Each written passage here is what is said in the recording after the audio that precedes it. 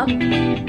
Sabay-sabay natin panood at sana nakatulong tayo ng aral sa isang kwento, isang powerful testimony ng isang 67 years old na senior citizen all the way from Australia.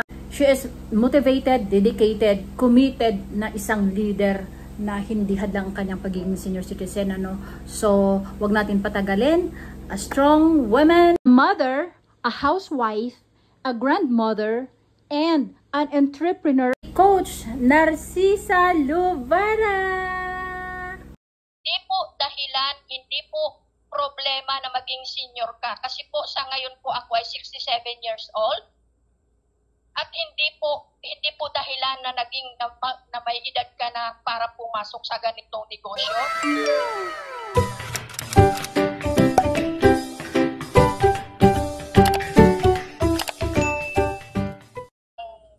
Pumasok sa isang real estate.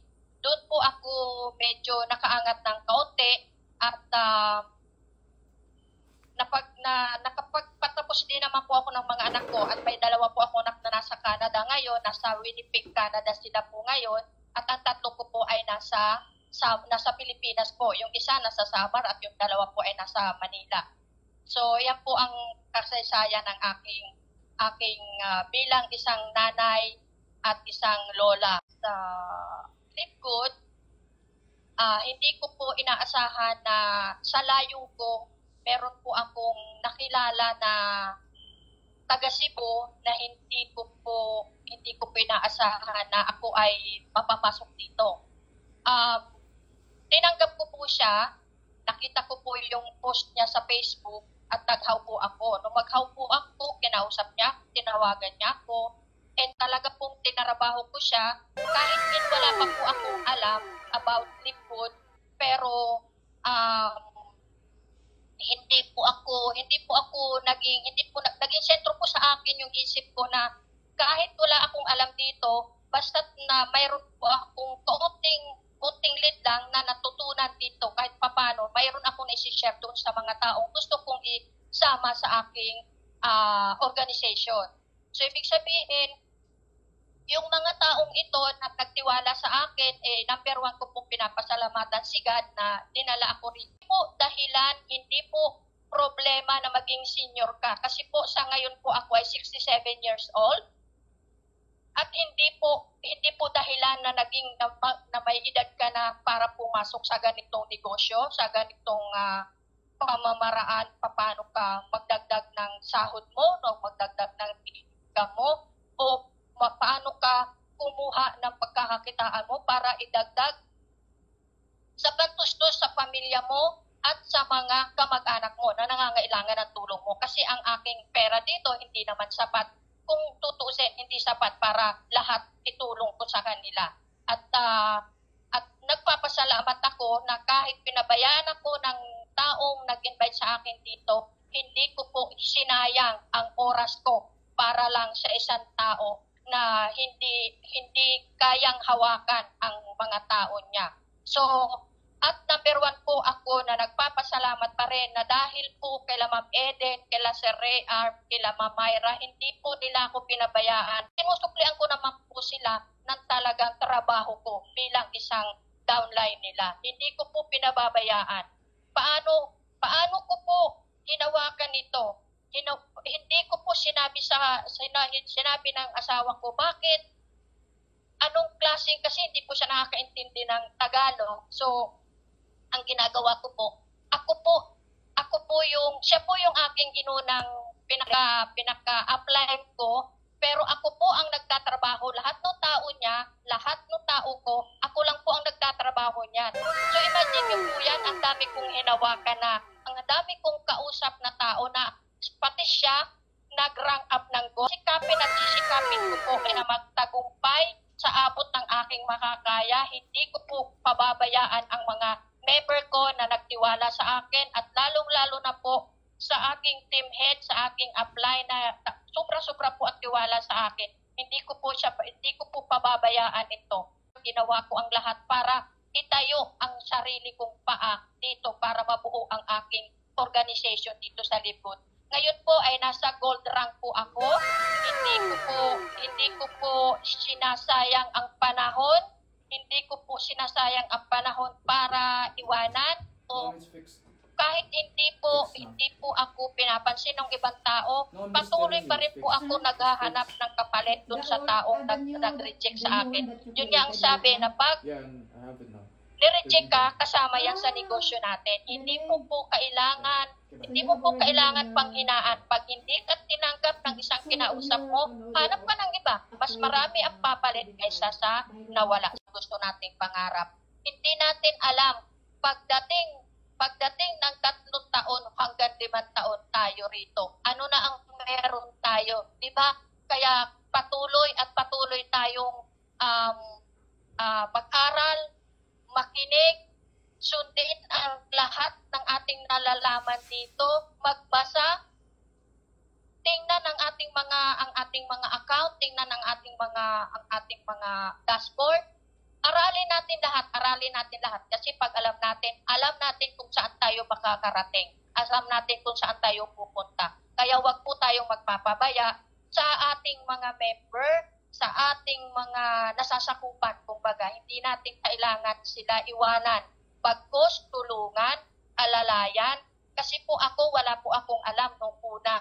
Dahil po kay Ma'am Eden, kay Ma'am Myra, kay Sir Ream, natuto po ako. Kasi po ang alam ko rito, ang cellphone lang po tumawag, pero wala po akong alam. Dahil hindi po ako minsan dito hindi po ako makagala dahil napakasiloso ang asawa ko. Hindi naman po ako kagandahan para mag-selos, pero salamat po kay Lingkod, natuto po akong pumarap sa inyo nang hindi po siya nagagalit. Salamat po talaga ako sa Lingkod dahil ang asawa ko po, malaki po ang pinagbago dahil pinapayagan na niya ako makipag-usap sa mga katulad po niya. Hindi ko po sinabing sinolo ko yung aking kaalaman dito. Ibinahagi ko po yan sa mga pamilya ko. Pero meron din pong pamilya, dahil hindi naman po lahat ng pamilya natin ay sasama sa atin. Pero alam ko po na darating ang panahon, lalapit sila sa atin. Yung mga taong pinaliwala tayo before, darating po ang panahon. Pag-pray lang natin na maging open na ang isip nila para sa ganitong hanap buhay natin. Wala pong iba tayong makikita kundi si Lingkod lamang. Huwag pong manghinayang sa 585 na subscription. Patuloy lang po tayong mag-subscribe. Yung ayaw, huwag nating pigitin. Wala tayong magagawa. Pero yung gusto, subaybayan natin, alalayan natin, tulungan natin. Dito po kasi tulungan dito. Alam ko po, dito sa Lingkod, tulungan po, hindi po kanya-kanya. Kaya alam ko po na sa lahat ng mga member ko na naandito, maraming salamat sa inyo. Sa laging pagsuporta niyo po sa team natin. Maraming salamat sa inyo. At hindi niyo na kailangan sabihan kayo, ito yung ito yung buwan ng bayaran niyo. Hindi po, nagkukusa po ang mga tao namin na magbayad ng mga subscription nila. So maraming salamat sa kanila na hindi po sila rin nagpapabaya. Yun yung kasabihan po na kung ano po yung itinuturo ng matanda na dapat sundin ng mga nakakabata. Diba? So, ang akin lang pong maiiwan sa atin ngayon na lahat po na nag-umpisa, kailangan po tapusin. Huwag pong pabayaan, huwag pang hinayangan dahil darating po ang araw na iaahon tayo sa lahat ng kahirapan. Mababago ang buhay natin dito. Basta't po, panghawakan nyo lang, paniwalaan nyo ang sarili nyo. Huwag maniwala sa negatibong tao. Ang sundin nyo ang puso nyo. Ang isip nyo at puso nyo. Yun din ang susundin natin. Wala pong imposible kay God. Kung tama ang ginagawa mo, mayroon ka loob ni Lord na mabago lahat ang buhay. So, yan lang po ang aking maisi-share ngayong gabing ito. Yes. So, yan lang po ang aking masasabi. Wala pong halong Talaga po kung ano po yung nandito sa isip natin, sa puso natin, yun po ang dapat nating ibigay sa atin. Thank you po. Palakpakan naman natin si Ma'am Narcisa Aculao. First time ko rin marinig si Ma'am Narcisa. And grabe, no? Leadership. Yan ang nakita ko kay Ma'am Narcita, no? Meron talaga siyang leadership na tinatawag. Yung sharing niya, Coach Janet Cuthbert, no? More on advice and motivation. Sa ating leader talaga, no? At makakikitaan mo talaga siya ng leadership. Nabanggit niya doon yung CP mo, senior citizen, 67 years old. Alam niya na mahalaga yung back office, na naintindihan mo yan, yung website mo. Alam niya Naggustong-gusto mo. Ako po sa Libgod, Coach Fernand, yung hindi ka na bibili ng mga produkto at hindi ka na magbebenta. Number 1. At number 2, yung enroll mo, yung registration fee mo is napakaliit lang. Compare sa mga nakaraan ay napakalaki. Na kung kailangan mo kumita, kung gusto mo kumita, kailangan mo mag-provide another month after month ng mga produkto para kumita. Dito, kailangan registration. And then, kasino lang ba naman sa, napakalaki na sa mga kababayan natin, yung 585, kasi instead na ibayad nila sa subscription, ipinambibili nila ng bigas. Pero nagkakamali sila. Dahil ang 575, makakahapili sila later on ng kahit 5 sakong bigas. Kalang may alkansya na lumalaki at lumalaki ng lumalaki. Di po ba? Long-term mindset, no? Si Ma'am Narcisa, long-term mindset.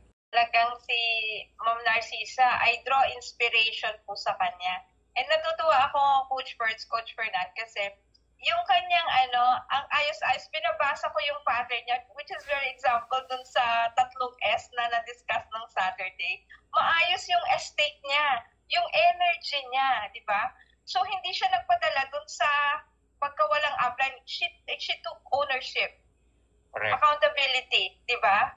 So, inayos niya yun. And then after, yung story niya, nakadevelop na siya ng self-image. Different story na, dati siloso yung husband ko. Pero ngayon, okay na. Dahil nakadevelop siya ng self-image na seryoso ako dito. So, she created a good story na nagtiwala yung husband niya sa kanya. And kung titignan mo, yung pangatlong S, yung strategy, in fact, wala siyang strategy Dahil naayos niya yung estate niya at saka yung story niya, nandun na yung na-develop niya yung skill niya, very resilient siya. So, very effective siya. And then, nakapokus siya on the inputs instead of the outputs. So, action plus skills, meron na siyang nade-develop na skill, resilience. Diba? Focus. Ayan. So, action times skills equals result. Ito na ngayon, nasa gold rank siya. So, very important po yun na maayos talaga natin yung 3-state. And very perfect example si Ma'am Narcisa with that. Naayos niya yun. So, ready na siya to develop more skills. Discipline, andyan na. Focus, andyan na. Commitment, andyan na. So, congratulations, Ma'am. And I hope everyone you draw inspiration from this person. Sana na i-record nyo po. And then, gawin po natin yon 3S. Ayan. Congratulations, Ma'am Narcisa. Thank you. Thank you, Coach Janet, no? O diba, narinig naman natin, sabi pa nga niya, marami pa daw siyang gustong sabihin kaso lang, medyo limited lang sa oras, So, siguro naman na-inspire tayo sa kwento ni Ma'am Narcisa, So, sa lahat ng mga senior citizen dyan, huwag kayong mag-alala. I-message mo kaya si Ma'am Narcisa ngayon na. Yeah, ikaw yung nakikinig. Join us sa Live Good. Bye!